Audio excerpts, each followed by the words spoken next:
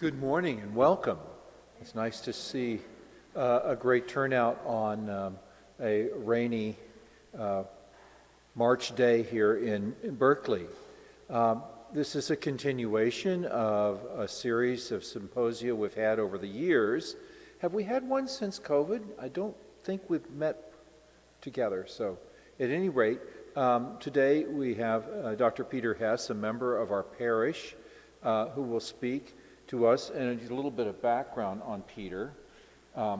He is from the Bay Area, is a theologian, and he wants to promote dialogue between science and religion, particularly in the areas of evolutionary biology and climate change. He has a master's from Oxford University and a Ph.D. from the Graduate Theological Union.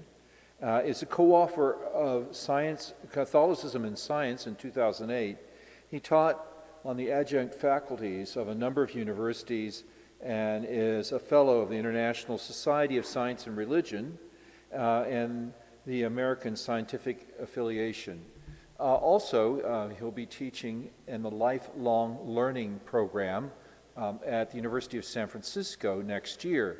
He told me he wasn't qualified for that until he turned 65, because I guess you have to have a long life in order to learn and be in the program. Without further ado, I invite Dr. Hess to come forward and for his presentation.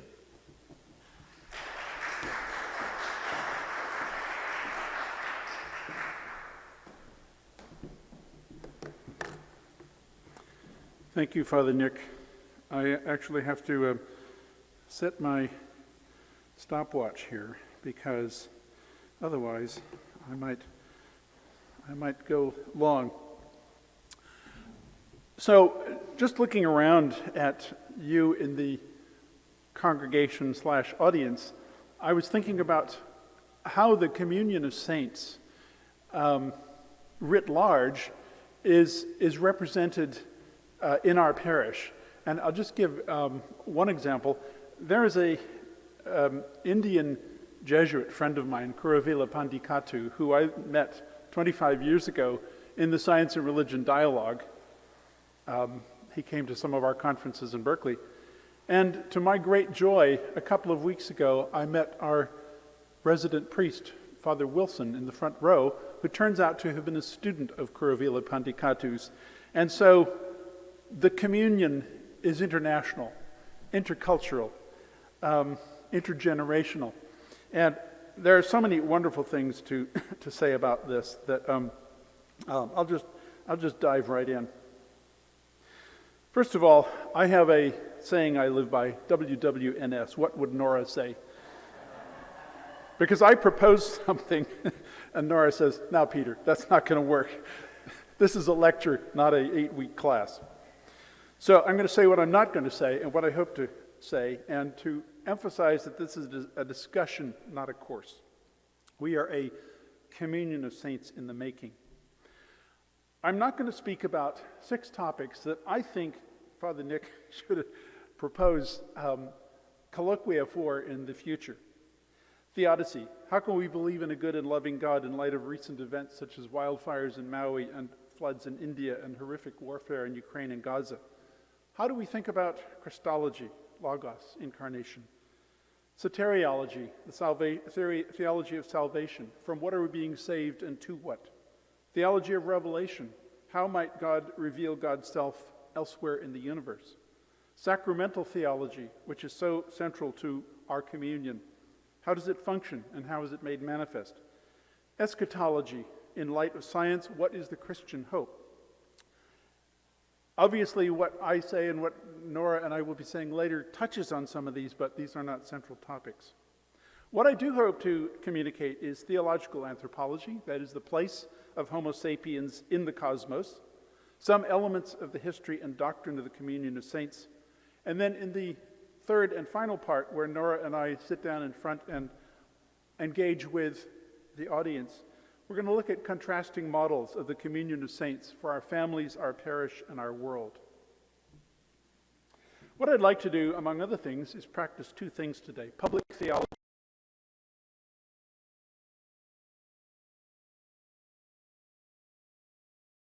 in engagement and dialogue with the church and the larger society, as opposed to the professional theology that people like Father Nick and I have done, and others, and Wilson is doing now, where you do extensive years of training in biblical, systematic, historical, moral, and other aspects. Martin Marty, a great Lutheran theologian at the University of Chicago, was the first one to coin public theology, and he sees it as looking outward rather than inward. It's rooted in Christian theology for its identity, but it considers its contributions to the society and the state. Public theology seeks the welfare of the state, talks with society, not just to society, presents the Christian position in a way that is open to public debate and critical inquiry, which is what we do all the time. In fact, I would say that every time my wife and I engage with Father Nick over coffee and donuts about some aspect of his homily, we are doing public theology. Hey, what did you mean by this? Could you look at it this way? And I think Catholics need to become much more familiar with and comfortable with doing public theology. David Tracy, Catholic theologian, who has he passed now? He identified three publics: society, the academy, and the church. And of course, Norah and I are going to be talking about the family, the parish, and the wider world. David Tracy emphasized that this public theology should be open to all and not couched in theological elitist terms like eschatology that I just used. On the other hand, there are reasons why theologians have come up with terms like eschatology over 2,000 years. Secondly, practice of synodality. In our wonderful conference with Father Orabatur a few weeks ago, he talked about the facets of a synodal approach as doing theology and living it as the communion of saints, where the three factors or facets are listening, dialoguing, and discernment, which is exactly what I hope we will do today. I don't know what church that's from. Someplace in Europe. The Big Bang, the Genome, and the communion of saints. So the three contexts I see for the communion of saints are the cosmological, biological, scriptural, doctrinal, historical, and social contemporary. So why are we here? And this is the only animation I have. It's meant to be the Big Bang. And I actually did have a student in one class who asked me whether that was my own video of the Big Bang. I said we would need a semester to discuss that question. When I came up to see Norah the other day, this slide said 300 billion galaxies. And I realized they'd made the slide for a presentation in 2002, and I went home, and when I came back to see Norah yesterday, I said, it's now up to 2 trillion. The James Webb Telescope has opened our Homo sapiens' eyes to the magnitude of the cosmos in an incredible way. We are here because the remnants of a long-ago supernova and its filaments of stellar debris formed an accretion disk. So the gold in your wedding ring, the lead in your pipes, everything heavier, I think, than carbon and oxygen comes from a supernova. Now, if there are any scientists here, I apologize. I may be entirely wrong. I think oxygen, carbon, and things lower than like 16 are cooked in stars, but to fuse together those elements to make gold and molybdenum and silver and so forth, you need a supernova. So these elements go out into the universe in an accretion disk, a big whirling disk of dust and gas, and gradually the gas forms the star. The heavier elements coalesce to form the planets through multiple collisions over billions of years, and eventually our planet formed through accretion, cooled gradually until life could come about. This is actually Pahoehoe lava in Hawaii, and plants took root within a decade of that. It shows how quickly life wants away. So we are here because mammals evolved. Mammals actually evolved during the time of the dinosaurs. And because they were small and hairy, they managed and lived in holes in the ground often. They managed to find ways to survive the asteroid impact at the Chicxulub, at the Cretaceous-Tertiary divide 65 million years ago. We're here because primates evolved. And I'm sorry I don't know which one this is. Cute little primates, our earlier ancestors. We're here because our ancestors, our primate ancestors, left the trees for the savanna. And I really liked this image of a mother chimpanzee playing with her baby in a way that speaks to the primate in me. I remember doing this to my sons. And I had taken this out, but Norah wanted me to replace this. I made this slide for a presentation on evolution. St. Gregory of Nazianzus, I can't remember the exact term, but it's what is not assumed is not redeemed, something like that. So in the incarnation, God took on the quarks of the Big Bang, the dust of supernovae, the DNA of our microbial and synapsid ancestors, and the long history of mammalian and primate evolution. God took that on. And so God unites to God's self all the matter and the processes and the history of our cosmos. We're here because our ancestors domesticated fire. And because our ancestors evolved a spiritual sense, burying their dead, making art, creating the wheel, etc. Now, I'm here because my ancestors left Africa and radiated across 5 of the 6 continents on the globe. And all of us have different histories. I'm here because some of my ancestors migrated to Europe. And because my more immediate ancestors, including John Winthrop on the right, departed Europe and came to America for various reasons, fleeing war, seeking opportunity. I'm here very immediately because my great-grandfather, John Moon, canceled his passage on the Lusitania in 1917. He thought wartime was not a good time to start his appraisal company in London, and of course then the Lusitania sank, killing most of the passengers. I'm here because my father was not driving a certain Jeep in World War II. He was supposed to drive a colonel to a meeting, and his commanding officer said, "No, Hamilton, I need you here." And somebody else drove him. And while the guy was sitting there, a German shell hit the Jeep and he was killed. My mother, when my parents were in England, when my father was doing his DPhil in 1951, they were there right just before the coronation, and they were wandering around, what's the parade ground at Buckingham? They were wandering around, and a pipe fitter who was putting up the stands dropped his pipe wrench accidentally, and my father was white as a ghost. It missed her by 2 inches, and she was many months pregnant with my older brother. And had it hit her, it would have changed my trajectory from existence to non-existence. So all of us have countless factors that bring our family together. Our sons, Michael and Robert, are here for many of these reasons, and part of the reasons are the communion of saints that is this parish. They were taught here, graduated here, led through First Communion and Confirmation by Heather Skinner. And so I'm very aware, being in this parish, of the communion of saints and our human trajectories. And that goes for all of us. And I stole these off the web. I don't know what Christmas that was. And you may see yourself in this picture. Here's another one.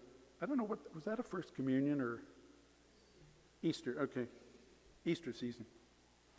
So we have a wonderful parish community, communion of saints. Oh, and one final point about this first part. Karl Rahner, who is a theologian that I deeply respect, in Harmonization in 1958, says the point at which God, in a final self-communication, irrevocably and definitively lays hold on the totality of the reality created by him is characterized not as spirit, but as flesh. The Word became flesh. It is this which authorizes the Christian to integrate the history of salvation into the history of the cosmos. Now, moving from the cosmological to the scriptural, doctrinal, historical, I found it very interesting to look at creeds in the early experience of the church. The baptismal formula that we find, which is obviously a post-resurrection passage from Matthew 28, go and make disciples of all nations, establishes two truths: the foundational truth of the Trinity, but also that the community of believers is sustained by the Holy Spirit. And St. Paul in 1 Philippians 1 says, "To all God's saints in Christ Jesus," placing the communion within the recognition of us as members of the bride of Christ. So, tois hagios en ex Christo Jesu, to all God's saints in Christ Jesus. This is the Greek of the text. I've got to learn Greek someday. I went 2 semesters of Greek and then started my Ph.D. and realized I was going to be doing the Latin West, and I dropped Greek, and I'm thinking in my old age maybe I should take up Greek again. There are different emphases, East and West. In the Greek-speaking Eastern churches, communion of saints tends to mean a communion of holy things, including the sacraments. In the West, more legalistic and structural, we tend to think of communion of saints as holy ones, but living and dead. In the New Testament, canonization was not even an issue, but rather we were all the people of God. This is the bare bones definition from the Catholic Encyclopedia. The communion of saints is the spiritual solidarity which binds together the faithful on earth, the souls in purgatory, and the saints in heaven, in the organic unity of the same mystical body under Christ its head, and in a constant interchange of supernatural offices. There's a lot to unpack there, and it's pretty dry and theological. Norah and I will try to unpack the practical side of that after the talk. So how did the communion of saints get into the creed? There are a variety of theories I found. It's a reaction against Donatism. The Donatists regarded any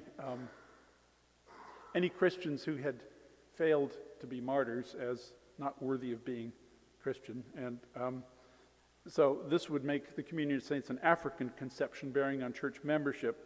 Some think it was introduced by Faustus of Ries in 490, a nod to the departed saints, and some think it was just really the natural outgrowth of the baptismal formula. But I've highlighted down below that the value of the dogma does not rest on the solution of that historical problem of how it came into the creed. When looking at the creed, there are 3 divisions: part 1, part 2, and part 3. And I always think of the Apostles' Creed as God the Holy Ghost in the kitchen sink, because when you think about it, the poor Holy Spirit, the Father has a substantial portion, the Son has a lot. The Holy Spirit gets thrown in with the Holy Catholic Church, the communion of saints, the forgiveness of sins, the resurrection of the body, and the life everlasting. By the way, that little illustration on the right is intriguing. Those are the 12 apostles, each contributing a line to the creed. And my father, in a course that I took from him at the University of San Francisco on patristics, was laughing when he said that the story was that the apostles got together in the upper room after the resurrection and sat around the table having bread and wine, and St. Peter says, "Credo in Patrum omnipotentem," I believe in Almighty God, and down to Matthias, who says, I believe in eternal life. I don't think it happened that way. I think it took about 4 centuries to distill all these Christian community experiences of God into a coherent creed. So the Apostles' Creed, which Father Nick has us say during Advent and Lent, has the communion of saints. The Nicene Creed doesn't.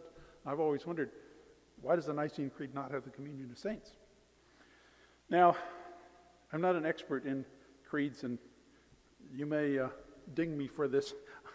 I have found that the Apostles' Creed seems to be older than the Nicene, which was adopted for dealing with the Arian heresy and formulating the place of Christ as the second person of the Trinity and the authoritative symbol of the church. But again, I think it's important to emphasize that with both creeds, the communion of saints refers to the living and the dead. Canonizations came later, and before that, the church had a strict veneration of the Christian martyr, but no canonization process. So the fact that the Nicene Creed does not mention the communion of saints does not mean that they didn't believe in this communion, but that they were always They were always in this communion.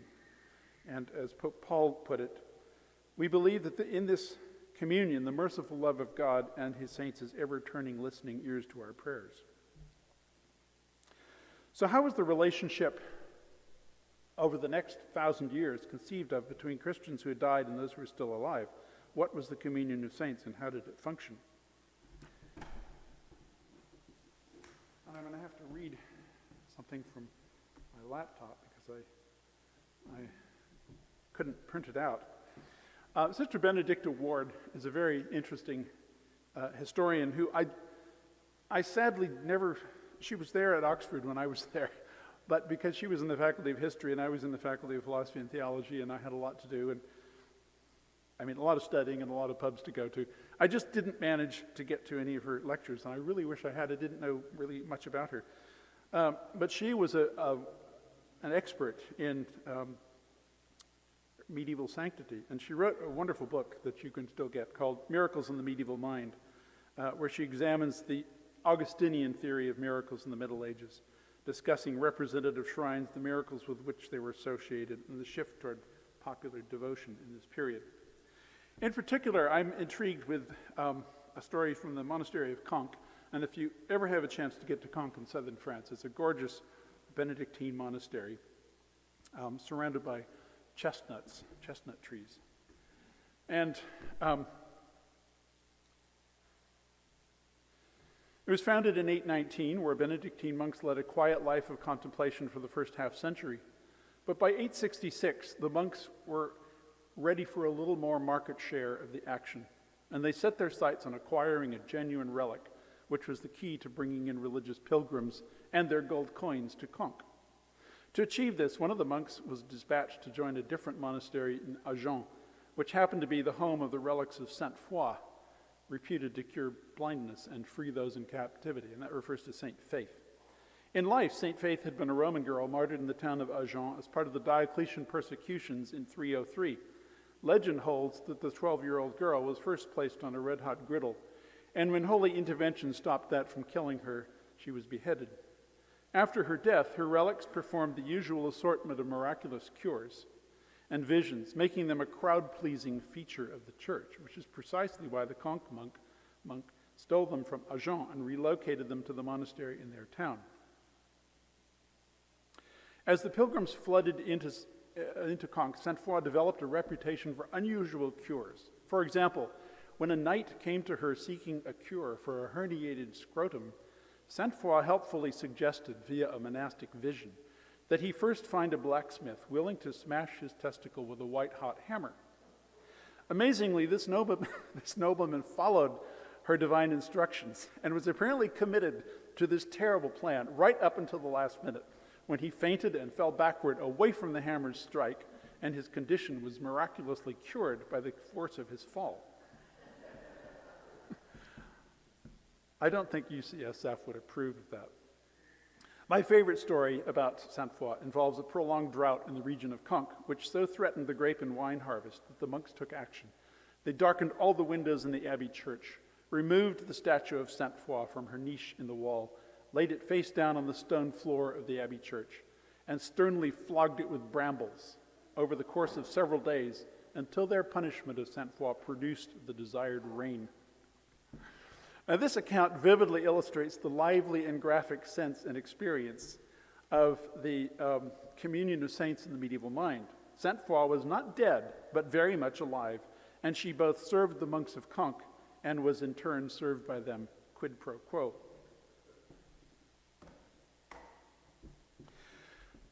Dr. John Bossy, who died recently, has a great book, fairly inexpensive paperback. I highly recommend Christianity in the West from 1400 to 1700.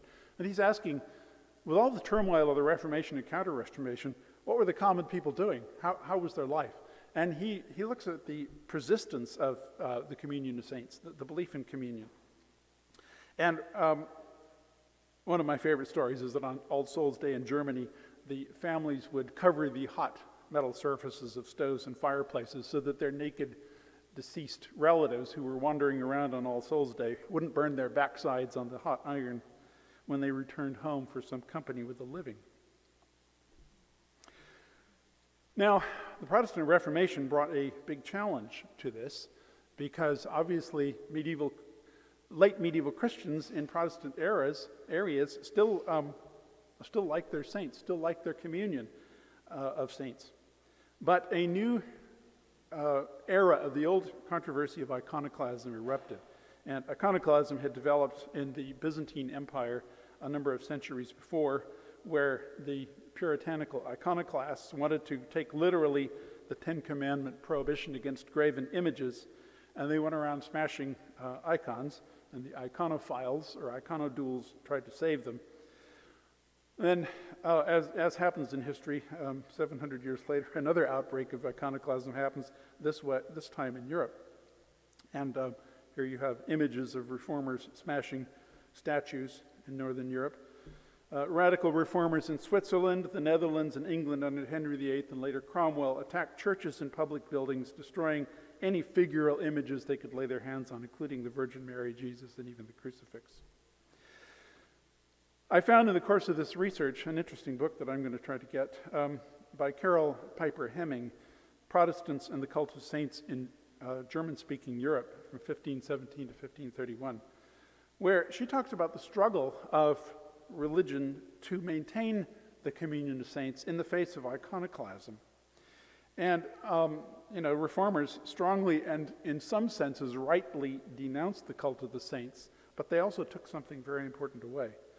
And what I got from looking at this is a number of interesting points where I think there are things that are very different about Protestantism from Catholicism, but things where I think Catholicism could learn from Protestantism.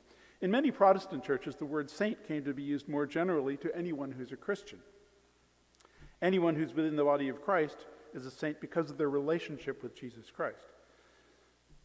However, many Protestants consider intercessory prayers to saints to be idolatry, an application of divine worship to other believers that should be given to God himself. And so I'm thinking about all the people who pray to St. Anthony to help find their car keys, and Norah actually sang me the ditty yesterday that I had somehow missed. I'm not going to ask you to sing it. However, within some Protestant traditions now, particularly evangelical megachurch, it seems that the relationship has been reduced to me and Jesus. The communal dimension has been lost. On the other hand, and this is something that resonates with Catholics, many Protestants emphasize the traditional New Testament meaning of the word, using saint to refer to any believer in continuity with the doctrine of the priesthood of all believers, which we speak about often in the Catholic Church.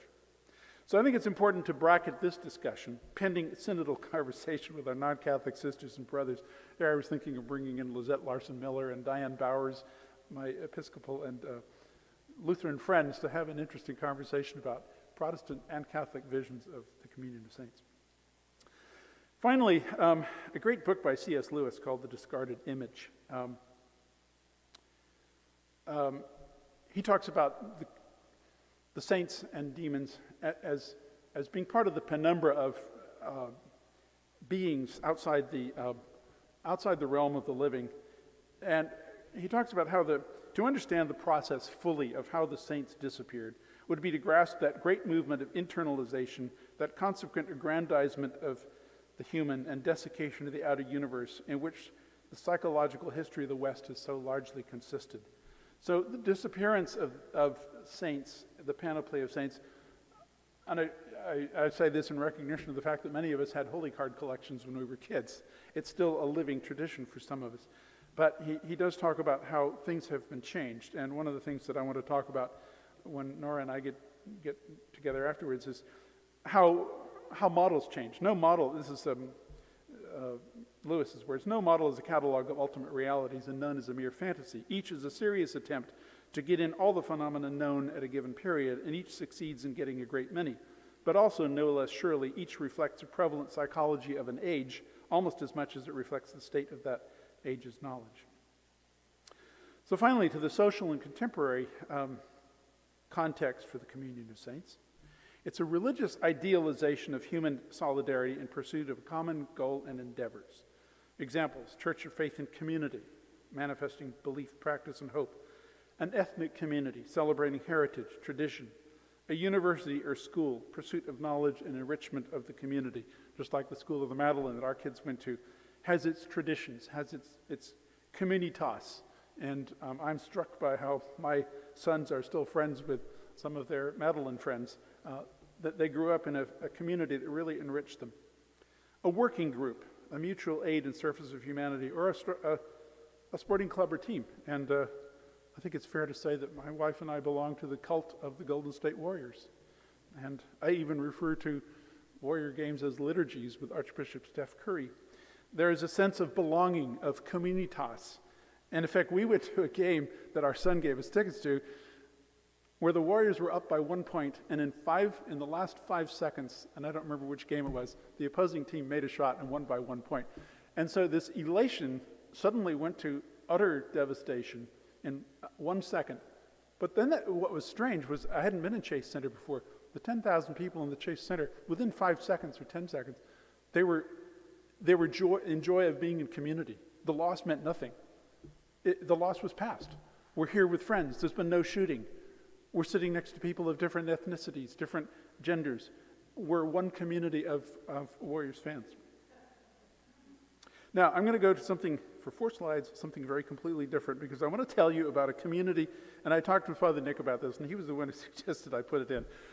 At the age of 66 last year, I became a wildland firefighter. I thought, if you have to get old, do something interesting. So I went to Wildland Firefighter Academy and became qualified as a wildland practitioner. So between November and May, we burn as much as we can to reduce the fuel load. And it's introduced me, and I was a co-founder of this, and it's really interesting. We now have 150 burners who are qualified. We are women and men, old and young, LGBTQ, everything, black, white, Pomo, Hispanic, Asian, large landowners, apartment dwellers. We love each other, and we love to burn. So when we get together for a burn, everybody's hugging each other, and then you go over to the registration table, and the daunting thing, it's the only time where I've had to, the only job where the first thing you do is write down your next of kin. So I put Vivian Hess as next of kin. And then they tell you where the nearest burn unit is. But safety is exceedingly important for us, and we've never had an accident. So here we all gather around doing constructive fire, what the Pomo Indians call putting good fire back on the land. We work together for 6 or 7 hours. And then at the end, we have an AAR, not an American Academy of Religion, but an after-action review, where everyone from the burn boss to the rawest recruit gets to say what went right, what went wrong, what they learned, what we could do better next time. And one of my favorite aspects, there's a young guy named Peter who was adopted by an adoptive mother. He was abandoned by his birth mother on the side of the Freeway 101 in Willits 17 years ago, and she adopted him. And Peter is a special needs young man who did not learn to read until later, but he loves fire. He loves drawing helicopters. And so I thought, why not fold him into the Lake County Prescribed Burn Association? And he is just thrilled. He's really good with a rake. He'll cut line for hours. And he's learning the difference between a smoldering fire and a blow-up where everything is on fire. Because we are Peter and Peter, they've dubbed us Peter Squared. And there was even one occasion where I knew that Peter Solgat had been welcomed into the group when I got there, and it was a school day, so Peter couldn't be there. And they said, "Where's the other half of Peter Squared?" So it's wonderful. This is an intentional community that reminds me of all the things that all of us have done in our lives. So the final 4 slides here have to do with, and these are just questions for our discussion. In light of ancient scriptural and institutional history in the scientific universe we inhabit, who are we and what are we? What holds us together as communion? How are we church? What will we become? How will thy kingdom come look in 500 million years? Stated theologically, these are questions of pneumatology, the Holy Spirit, theological anthropology, the human person, incarnational Christology, ecclesiology, or the nature of the church, and eschatology, the post-death state. And again, I hope we can have symposia about these in the future. A couple of other quotes I just want to read. Joan Chittister is a wonderful Benedictine nun, very accomplished, who says, reading from the left, "It is in community that we come to see God in the other. It is in community that we see in our own emptiness filled up. It is community that calls me beyond the pinched horizons of my own life, my own country, my own race, and gives me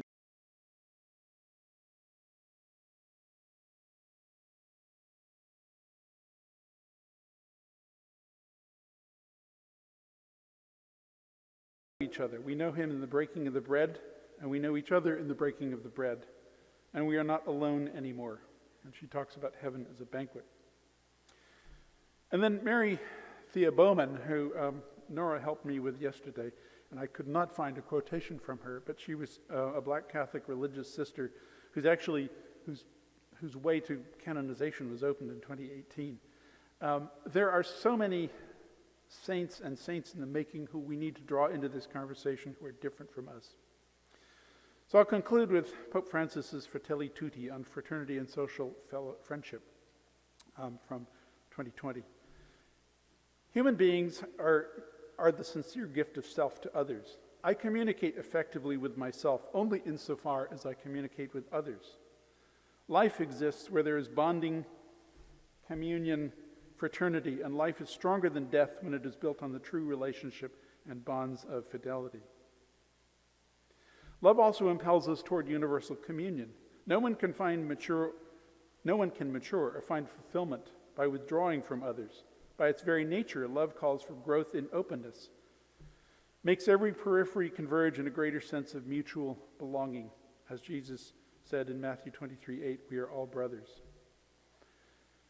Each particular group becomes part of the universal fabric, the fabric of universal communion, and discovers its own beauty. All individuals, whatever their origin, know they are part of the greater human family, without which they will not be able to understand themselves fully. So the three sets of questions that Norah and I posed are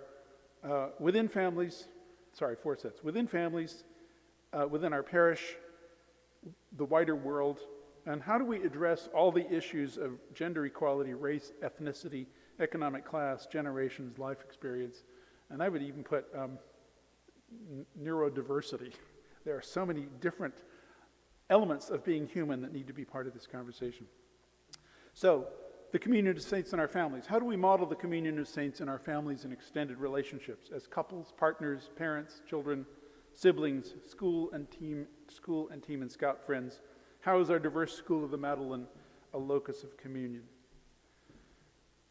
Moving to the parish, what holds us together as a communion, as a parish? The body of Christ is composed of different economic, gender, lay, clerical, generational, and professional communities. How are our deceased parishioners still members of the communion of saints? Ministries of art, music, justice, and finance. By the way, I was on Yelp looking up something about St. Mary Magdalene, and I was reading some negative comments on Yelp, which were rather instructive, that don't speak to me because I'm a parishioner, but one of them, a common theme was, it's not a friendly parish. And I'm thinking, gee, what Sunday did they come on? Because I can't get away from my friends here. Or did they not go downstairs and have donuts and coffee? But it's something for us to think about. How do we as a community reach outward? So finally, the communion of saints in the wider world, extending our communion beyond the parish, ministries to bereaved families, some of whom might not be parishioners, ministries to the sick, the homebound, and the homeless, many of which we do, clergy emeritus, and neighboring non-Catholics. I was thrilled that Father Nick wanted to have a day of dialogue with the clergy last June 9th as part of our centennial year to bring together Catholic and non-Catholic and non-Christian clergy from around Berkeley. And it was a short but very invigorating dialogue. Ministries of art and music. How is our parish part of a wider communion in the city? Vivian and I come very frequently to hear presentations in this church. And there was one last Friday of Bach cantatas. The Cantata Collective is trying to sing all of Bach's cantatas.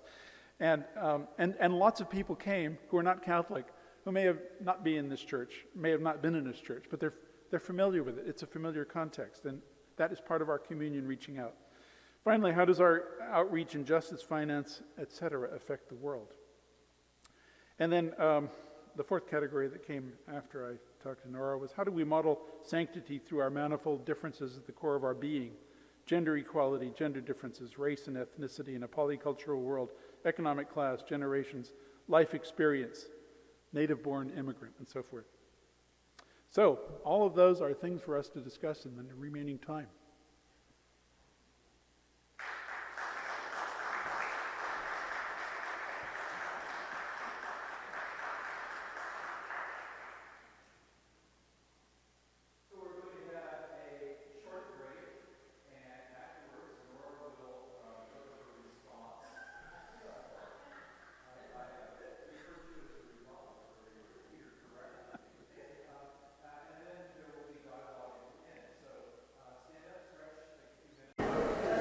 We're ready for the second half of our symposium today, so I invite you to return to your seats.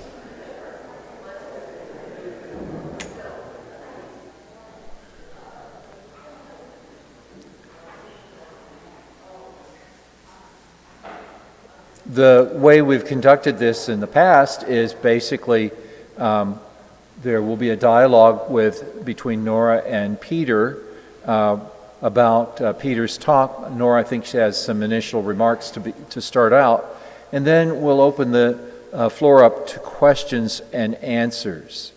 So first of all, Peter wanted to make a comment on a book that works with the topic he just spoke.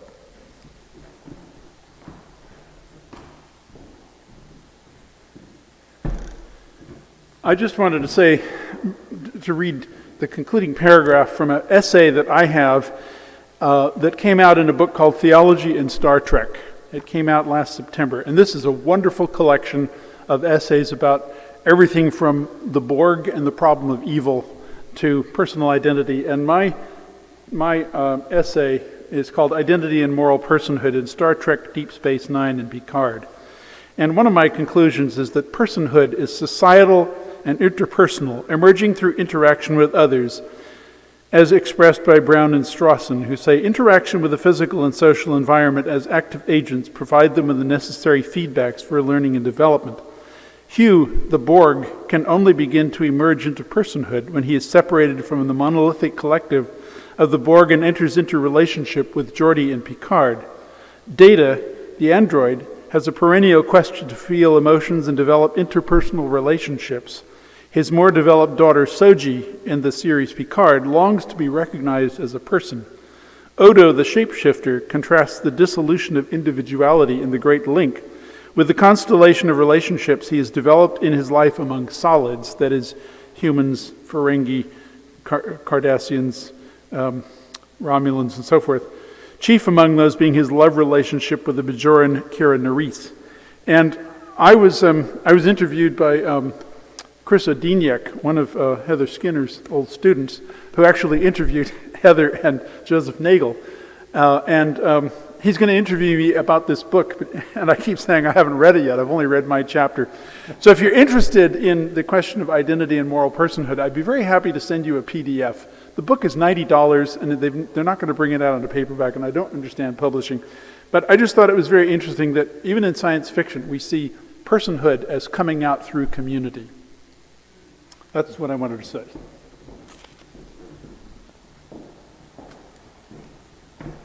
I find that fascinating. I've often speculated that science fiction is our 21st century version of morality plays. All the things that occurred in the Middle Ages in a morality play occur in outer space in science fiction. To go on, we have as our responder Norah Hippolyte. Norah is a fixture around the Diocese of Oakland over the years.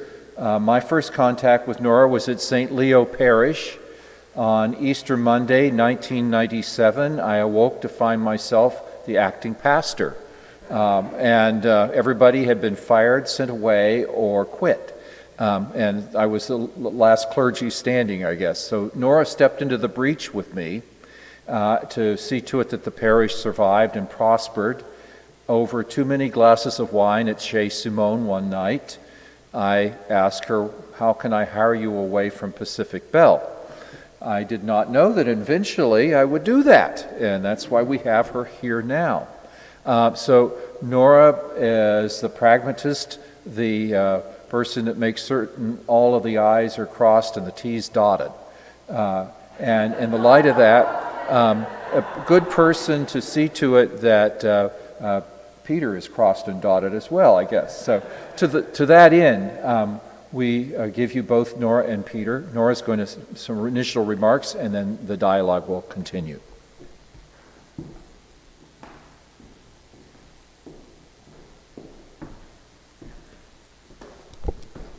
Pragmatist or not, I am not Peter. I am much more simple, maybe not as refined. But when I was, back when I was at St. Leo's, probably as the director of religious education, I learned about things like the 9 ranks of angels. I also learned that there are 3 different types of saints. And Peter alluded to that, but he didn't give you their names. So their names are, for those in heaven, the saints triumphant. For those in purgatory, the saints penitent. And for those of us living on the world, there are the saints militant. We're the army. We have things to do, as we talked about, as Peter talked about. Our life here is not just for us. Our life here is for the world. Our job, as told to us by Christ, is to go out and tell the world about Christ.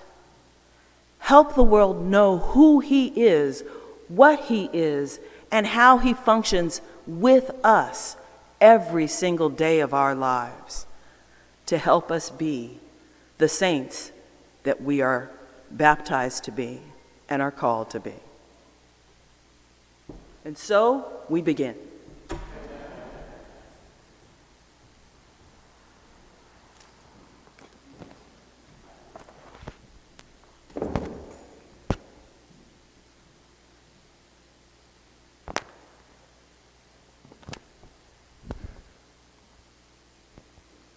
Peter asked a lot of good questions, and he put them up on the board.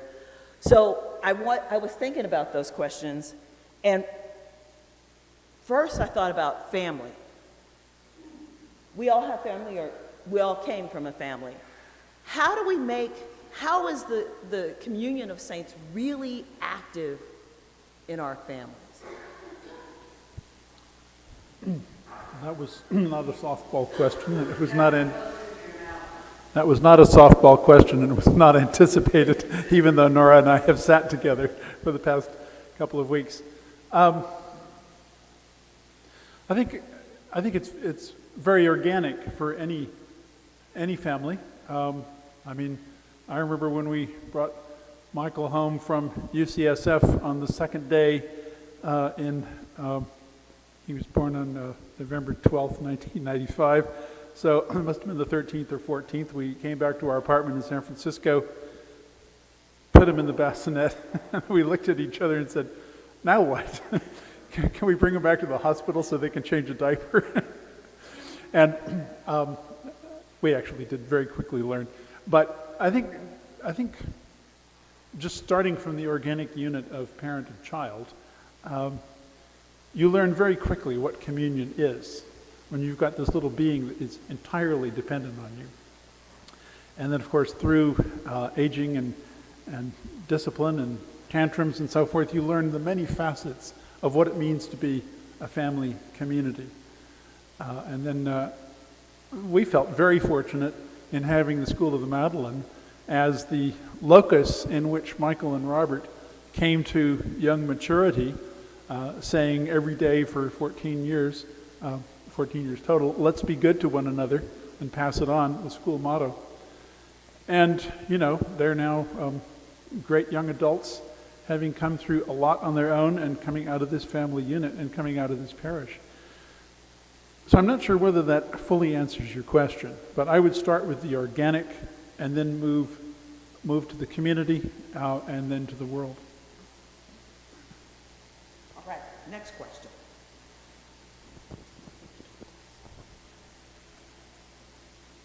In the church, the church sees all the baptized as Christians. But what if someone's not a baptized person? How do we keep them in the society of saints or in the communion? Thank you. Yeah, we were talking about this the other day, and one thing that always struck me, since I was born in '56, and I remember, well, I don't know whether Father Nick would bear me out on this, but I think I remember the prayer for the perfidious Jews. Would I have remembered that? I definitely remember the change from that to the sixth Good Friday prayer. Let us pray for the Jewish people, the first to hear God's voice, that they may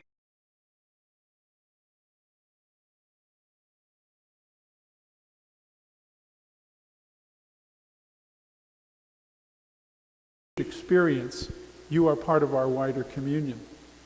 The other little anecdote that comes to mind, when I was first at the Graduate Theological Union, I was in a class in 1985, and there was a Franciscan, and there was also a legalistic Catholic there who was inveighing against some of the non-Catholics at the GTU taking communion at interfaith services. And this Franciscan quietly spoke up, and he said, I was an evangelical megachurch person, and it was coming to communion at a Catholic service that led to my conversion to Catholicism and my vocation to being a Franciscan and hopefully a priest.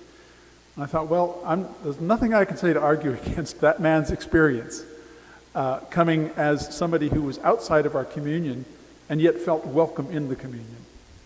So, actually, I'd like to ask whether you have any further ideas on that, Norah, about extending and recognizing, and maybe you have further questions that you don't want to anticipate yet. When I think about Christians, I think I go to the whole notion of what you brought up in your presentation from St. Paul. He was already talking about Christians as, I think of it, first I think every baptized person, whether Catholic or Protestant.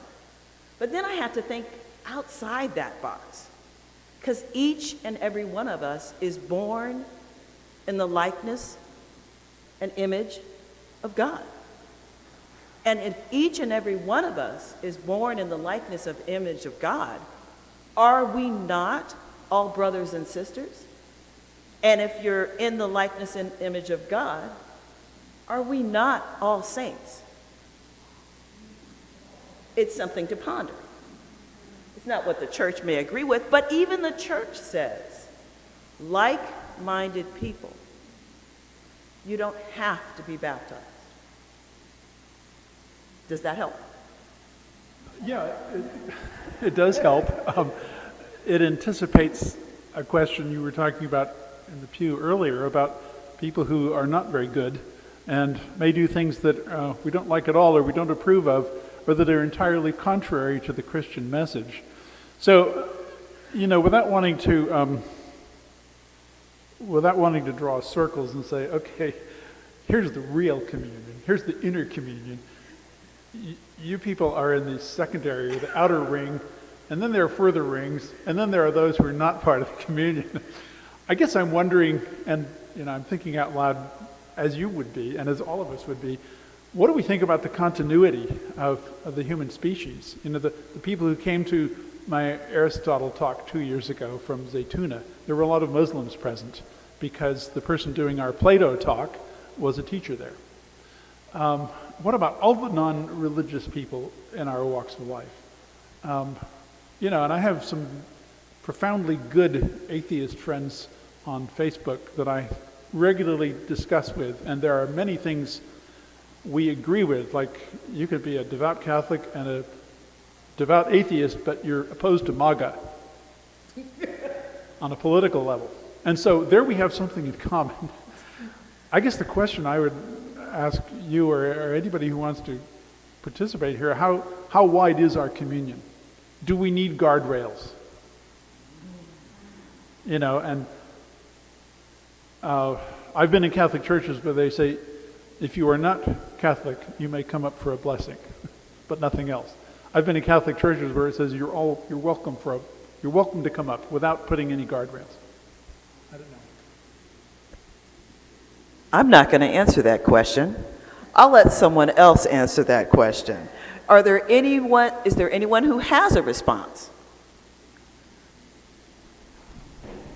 I have a mic. I would go to the Church's teaching on the modern world in the Second Vatican Council. And although it does situate the fullness of revelation within the Catholic Church, it was a major innovation at the time in that it included just about everybody else as having the possibility of salvation, even people outside belief in a Godhead as we know it. And my thinking on this is, who are we to tell God who he can save him or not? Now, in terms of communion, of Holy Communion, I guess there's a little bit of a guardrail in the sense that I would like people to have a little understanding of what they're doing. On the other hand, if they come and partake without that and then tell me about it later, I'm still delighted that they were there. Anyone else? Yes. Well, wait just a second, because it needs to... I clearly don't have an answer, but I do have a question or something that I'm pondering, and I'm wondering if we could bring it into the discussion. And it's the reminder that Jesus conveys to us several times, which is that we are not only to love those who are easy to love, but we are truly not commanded, but we are expected to have charity and mercy and forgiveness for whoever we feel might be our enemies or those who are very difficult to love. This may not have anything to do with the communion, but it would have to do with how we deal with all those who are not, at this point, part of our communion. That goes back to what Peter talked about earlier. How do we, exactly to your question, Tony, how do we do that? Because in inviting and reaching out to those in our extended community outside of this particular community, do we not, in that sense, in a sense, invite them to join us in our mission to be kind to one another? Does it begin to build that process? And like you were saying, with that Franciscan who felt welcomed to the point of becoming Catholic with the hope of becoming a priest.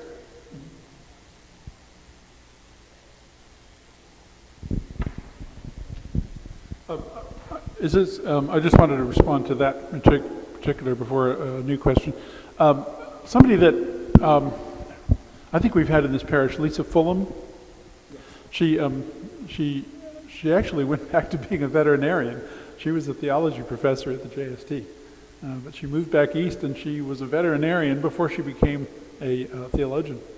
And she recounted a story at the JST at a conference I was at a few years ago about forgiveness and understanding, sort of in the way of what you're talking about, Norah. There was a woman who was a prisoner. I don't know if it was maximum security, but this woman's daughter was killed in a horrific car crash. And she was brought to church in leg irons and an orange suit for the funeral. And she was very disruptive. And in the middle of the Mass, she started, in the middle of the priest's homily, she started yelling and saying, "Why would a good God let my daughter die like this?" And Lisa said it was just astonishing. The priest came down into the pew and sat down next to her and put his arm around her and said, "I don't know." And Lisa said that was the most affirming, forgiving, communion-building act she had seen in a long time. Here was a priest who didn't do prison ministry, so this wasn't part of his normal routine, but he recognized a fellow sufferer, a fellow believer, a fellow human being, and he built community by that act. And that struck me so much, I will never forget that. Yes? What other questions?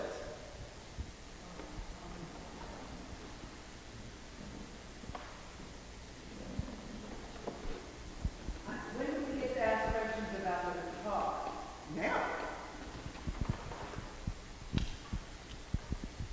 I'm sorry, this is a simple question, Peter, but I've actually been close to the relics of Sainte Foy.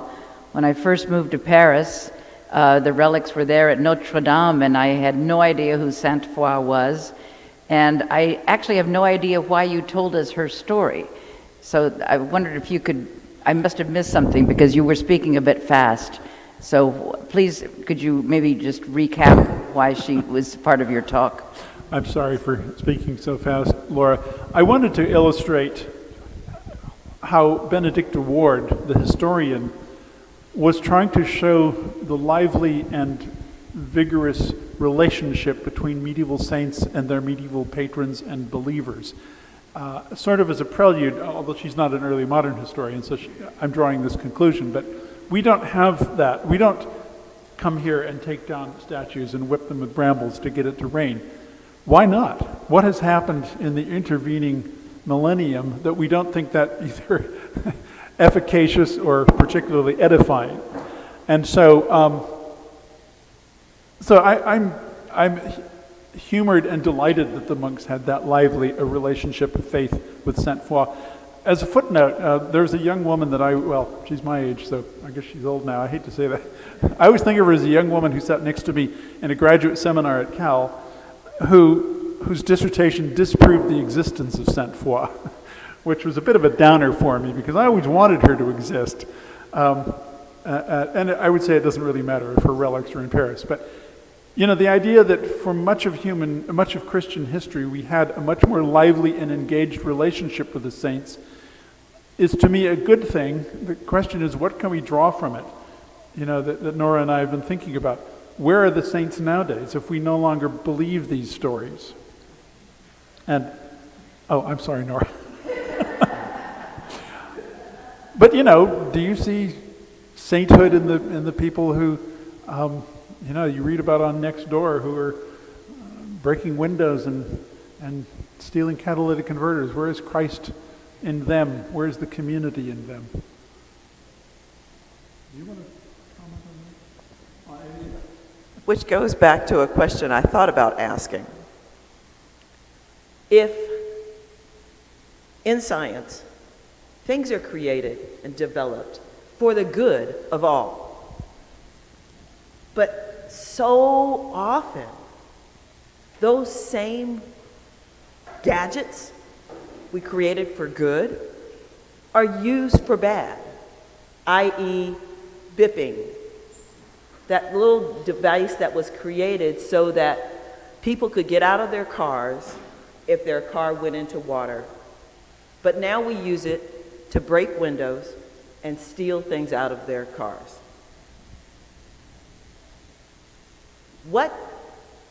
Obviously that speaks to sin, but if you don't know what sin is,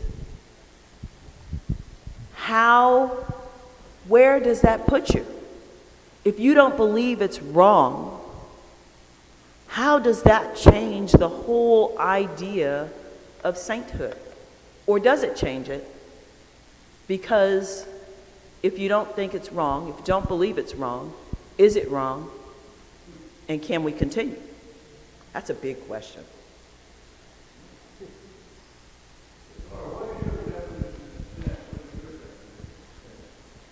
My definition of sin probably goes along with the church.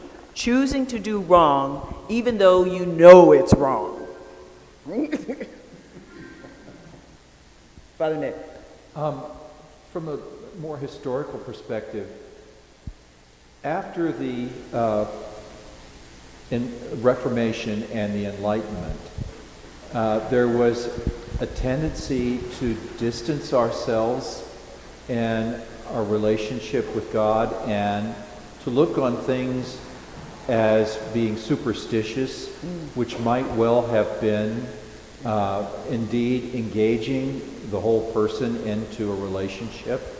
I remember celebrating Mass in London one afternoon, and Our Lady of Howell in Camden Town was this crazy parish where we had people from all walks of life and a couple resident wackos that would walk in and disrobe during the middle of liturgy and crazy stuff like that.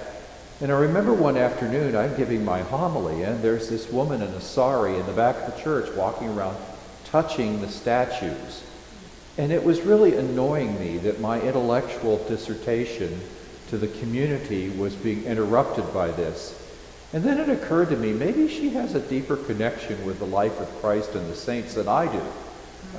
There's a tendency on the part of people of a certain level of education to think conceptually rather than analogically. And that's a good thing. But on the other hand, you miss out on a lot of the nuts and bolts of the world around us by doing that, which puts us out of touch with that part of the communion of saints. Thank you. I would just respond to that by saying, to take apart the two things that you were talking about. Norah, I think the ethics is an enormous thing, and we really need an entire symposium on that. Our older son, Michael, is now CTO of an artificial intelligence company in San Francisco. He's, a Madeline graduate, Berkeley High, UCLA, starry-eyed. I call him and I say, what about this aspect of AI? The application of this discovery. And we're never going to get science and technology to stop discovering things, but you bring up an absolutely important question. How do we, as a community of Christian believers, a community of civilized people in Berkeley, a community in the United States, take people to task and say, wait a minute. And I'm concerned about the amorality of some in the known world, the nuns, the none of the aboves, and I'm not saying that any of them are bad people. In fact, most young people that I know are really, really good people, even if they don't go to church anymore. But I think you absolutely point to a critical issue here of the disjunction between, you remember in Tom Lahr's song, Werner von Braun says, "Once the rockets go up, who cares where they come down? That's not my department," says Werner von Braun. In other words, the explosion of the rocket has nothing to do with the technical side of creating it. And now I've completely forgotten the other thing that I was going to say. Oh, it's got to do with Father Nick. And we'd talked about, in fact, I was talking with Vivian this morning about neuroatypicality, because I would say I'm cisgendered, straight, white, middle-aged, upper middle class male, neurotypical. And she says, well, how do you know you're neurotypical? But I mean, compared with people we know who are definitely a-neurotypical, who may get their connection with sainthood by touching the feet of statues. That's a whole world of spirituality and communion that I would love to see us address. Okay, not today. I would say the Catholic Church is better at it than a lot of other places. And for one place, the Academy, but also Protestantism, which is really founded on a word which tends to be discursive and intellectual, and even if it doesn't appear that way often, somewhat detached from the sensual. Mm-hmm. The Catholic Church isn't great about it, but it does admit the sensual to some degree. Yeah, one of the things John Bossy says, and I recognize you have a question, one of the things John Bossy says in that great little book, Christianity in the West, is that with the Counter-Reformation came the invention of the confessional. And the confessional was this big piece of wooden architecture putting a solid wall between penitent and priest, removing the possibility of touch, that the priest absolves by touching. And so if you put walls between people, that almost verges toward that Protestant Yeah. focus on the intellectual rather than the physical. Yes. Good morning, Professor Hess and Pastoral Associate Hippolyte. So thank you for this interesting dialogue. I just wanted to speak to your comment about the priest coming down and putting his physical gesture of comfort. That reminded me because I was in a Bible study, and this woman shared that her son committed suicide, and since then her husband has stopped going to church.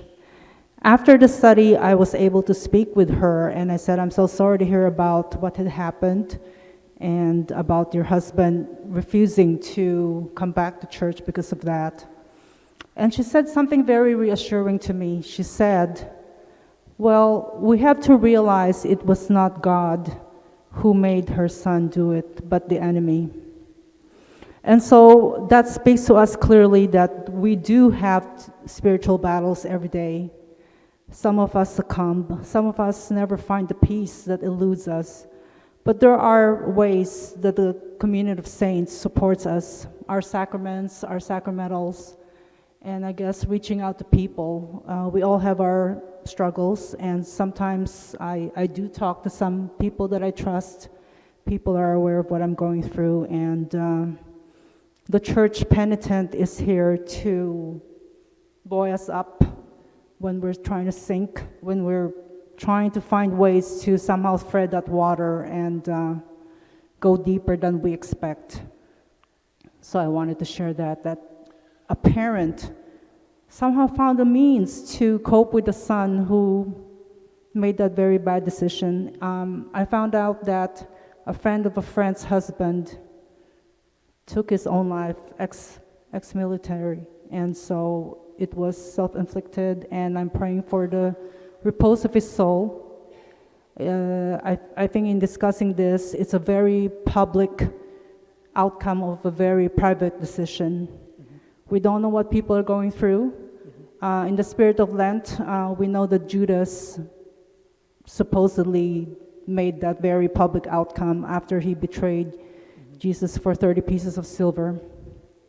But we have Peter, who is very, very vocal about washing my feet, wash my whole body, dying like the way Jesus died. I'm not worthy. In many ways, I would like to be more Peter than Judas.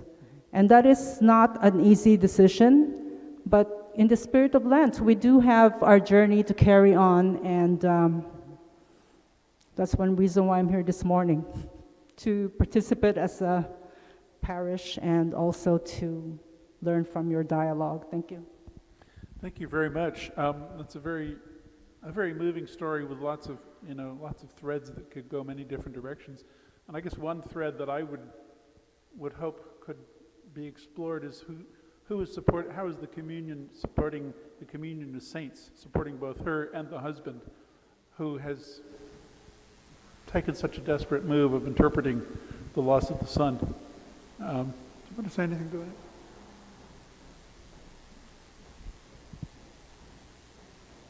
The loss of a son or a child is hugely impactful. And how we work with that reaches to our soul. When my son died, I turned to God, not away. It was my choice. But without it, I wouldn't be here. Because God, thank God, held me in his arms for weeks, and then gently put me back down on the ground so that I could go forward. I gained a far closer relationship with God as a result of the loss of my son. Others blame God.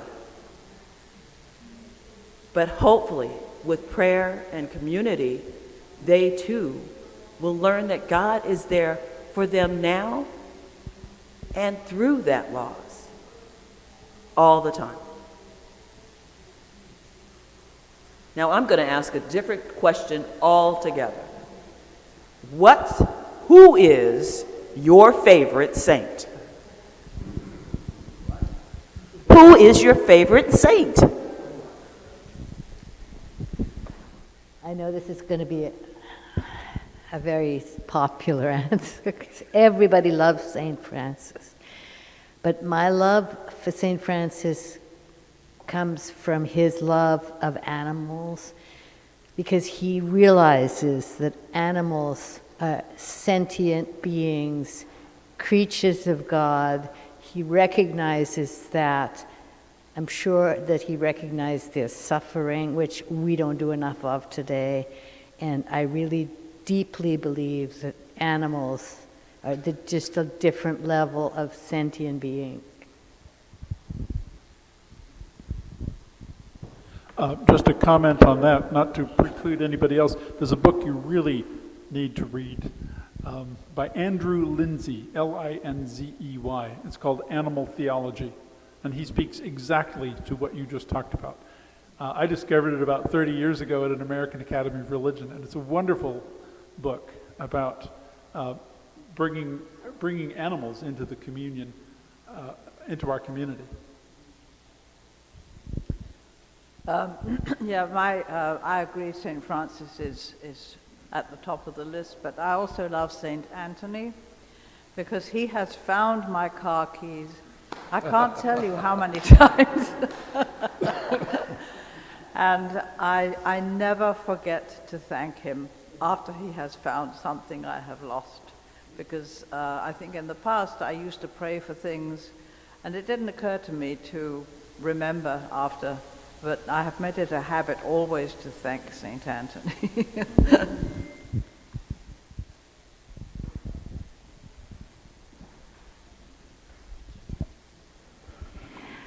Norah, I loved your demarcations of the saints, and my two favorite saints are part of the saints militant who are still living. One would be Sister Norma Pimentel, who works with people at the border, all across the border, and the other one would be Father Gregory Boyle, who sees the beloved in every gang member, just as you were alluding to.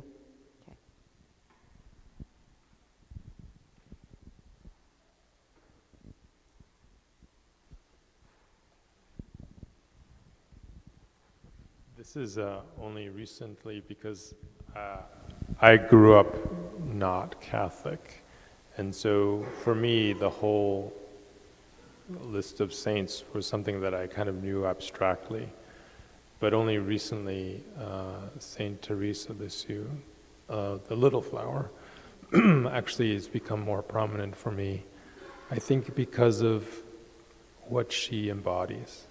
And I think part of it is sometimes we think about the saints that have done huge, tremendous things that we can recognize both historically as well as spiritually. But I think what Saint Therese does for me is the little things every day that are meaningful for my own and for my relationship to God. And I feel like that's really important in your family, in everyday things that you do for your family. And so it's kind of that everydayness of Saint Therese that is meaningful to me.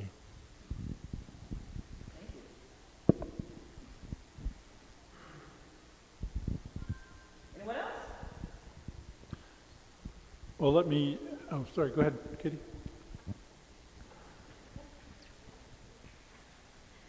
Okay, mine is the big Teresa, Saint Teresa of Avila. I'm still reading her works and kind of getting to know her, but we had a priest, Father Anthony, who used to say Mass here regularly, and at the end of each Mass he would say the prayer of Saint Teresa, which I now say in the morning before I get up out of bed, because it's a tremendous stress release. But that prayer is, let nothing disturb you, let nothing frighten you. All things are passing, God never changes. Patience obtains all things. whoever has God lacks nothing. God alone suffices. And that seems to kind of center me every day, among other prayers.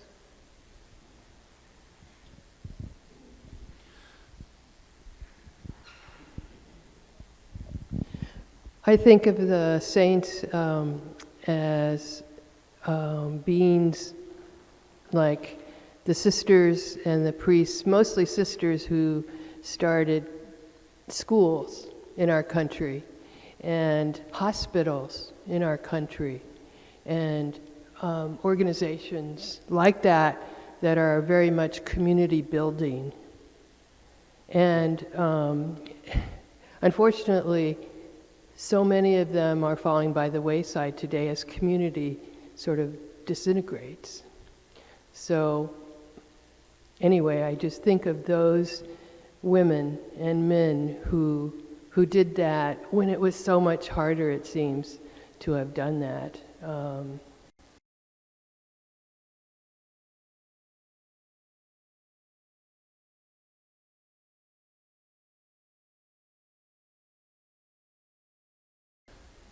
I wanted to thank everybody for your wonderful comments about living saints, and to respond to you in particular.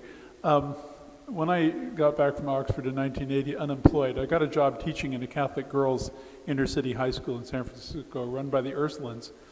And one of my mentors was Sister Lillian Repack, who died last August, and Vivian and I went to her funeral.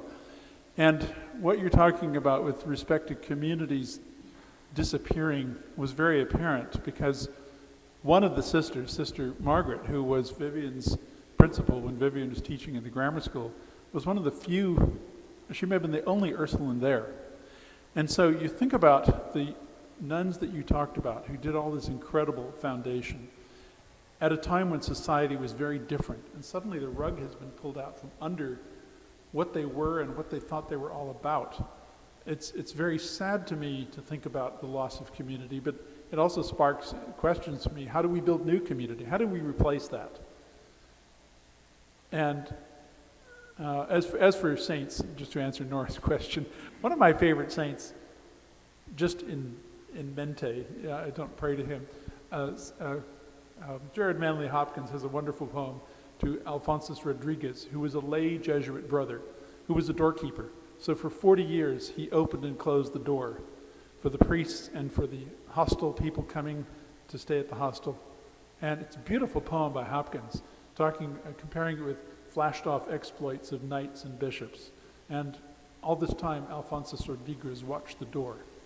And, that goes back to what you were saying about Saint Therese of the little things. I think it's absolutely important that you emphasize the little things, or as Heather emphasized, the living saints working at the border and so forth.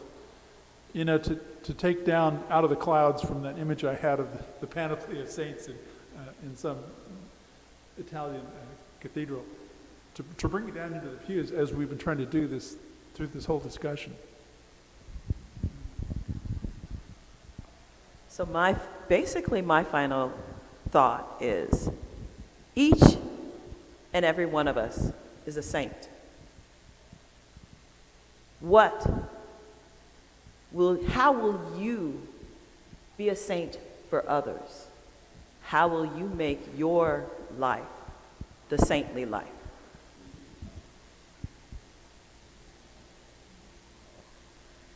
I don't have anything to add to that. Well, thank you all very much.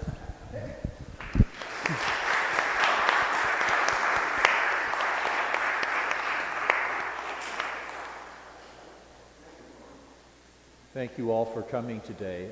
It's an enlightening discussion, and it continues in a series that we've been having for several years. So hopefully we'll hear more symposia over the course of this year and into the future. God bless you, everybody. Oh, and there's, I'm going to ask that. There is reception downstairs.